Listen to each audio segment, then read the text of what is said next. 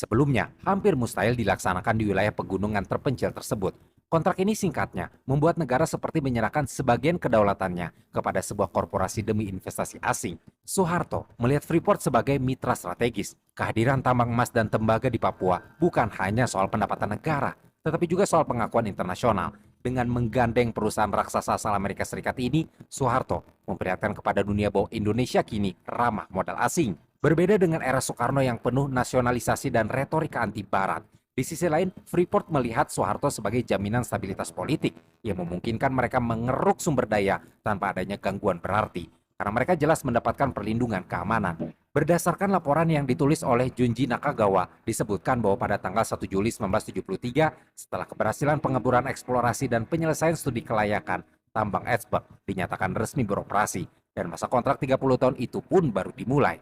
Pada pertengahan tahun 1980-an, sebenarnya tambang tersebut sebagian besar sudah habis sumber dayanya. Namun alih-alih menjualnya, Freeport justru mencari cadangan kekayaan alam lebih lanjut di area tersebut. Di tahun 1988, deposit tembaga dan emas Grasberg ditemukan hanya 3 kilometer dari tambang Edsberg. Deposit ini tercatat sebagai salah satu cadangan tembaga dan emas terbesar di dunia. Penemuan Grasberg ini secara dramatis mengubah skala operasi dari tambang bukaan terbuka alias open pit ke penggalian bawah tanah yang sangat besar dan infrastruktur penunjang yang insentif modal. Serangkaian ekspansi dimulai setelah penemuan itu, yang menghasilkan penemuan deposit tembaga dan emas yang cukup menjanjikan.